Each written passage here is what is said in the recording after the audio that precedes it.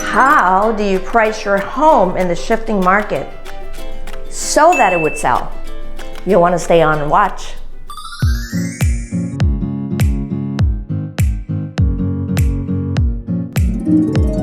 If you find the content useful, you'll want to hit subscribe and the bell notification for future videos. So here's a little educational piece I want to bring to any potential sellers. Here's the thing, the market has shifted, interest rates have gone up. You know all of this. This has been going on drastically, really, in the past 4 to 6 weeks. The Feds had just raised the rate again, and if you want to catch the video, you'll want to click the video at the end to watch my explanation on that. With that said, your buyers don't have the same purchasing power that they did in January or February or March of this year because rates have gone up. It went from 3.5 to 5.5, and now in some places it's at 6%. So I wanted to bring the numbers to you. I thought that this might kind of bring some light to where we are.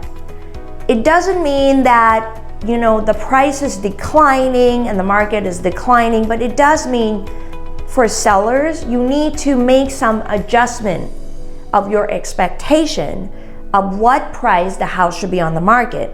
In other words, and I'm working with the seller, so this is kind of the piece that I need to have with my own clients as well.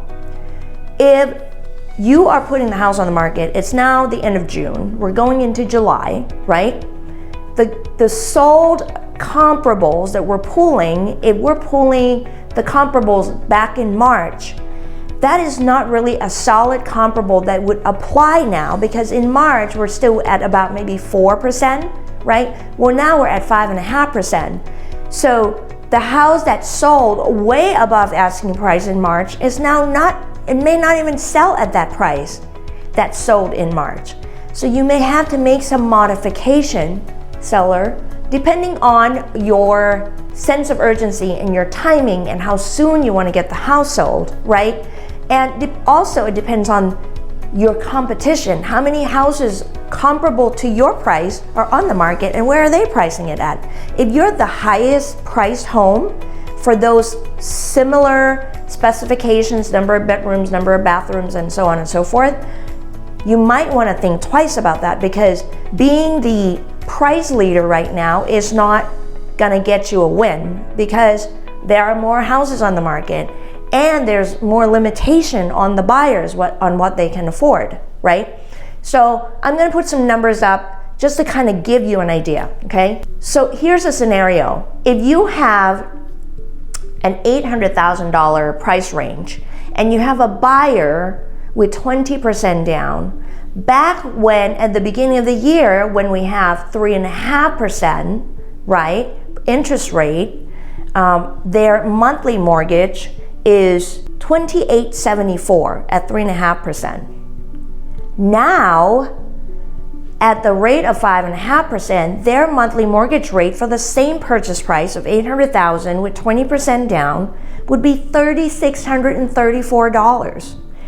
This buyer has to come in, they have to go find this money, basically another almost $800 a month to be able to afford the same purchase price of $800,000 back in February and March of this year, okay?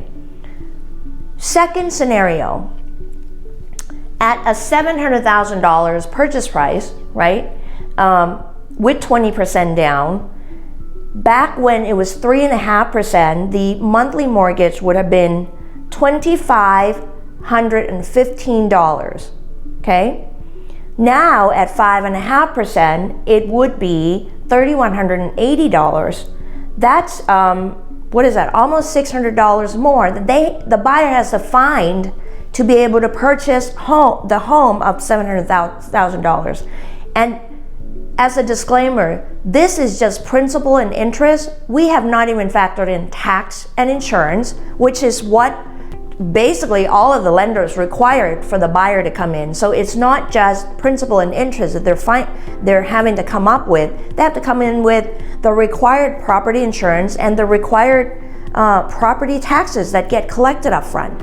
So I want to break all of this down for you so you, the seller, have a fresher, a clearer perspective when you're thinking about pricing the home. And you know, if you're working with a reputable real estate agents who are well-versed, who are keeping up with the market, who are keeping you updated with the activity, you would see that there's only so much we can do, we as professional experts, real estate agents, can do to get the house into escrow. But if we're pricing it where people cannot afford it, is that a win for you? Does that serve the purpose? So you need to be looking at where you really need to be pricing at so that you're not overpricing the house. You should not be the price leader. You should not be the highest price of that property comparables on the marketplace. It's gonna take you longer and you may have to make the price adjustment, right? So be thinking about the comps that you're looking at 2-3 months ago don't necessarily apply to the current market condition that we're in. I hope this is helpful to you. Please take this to heart.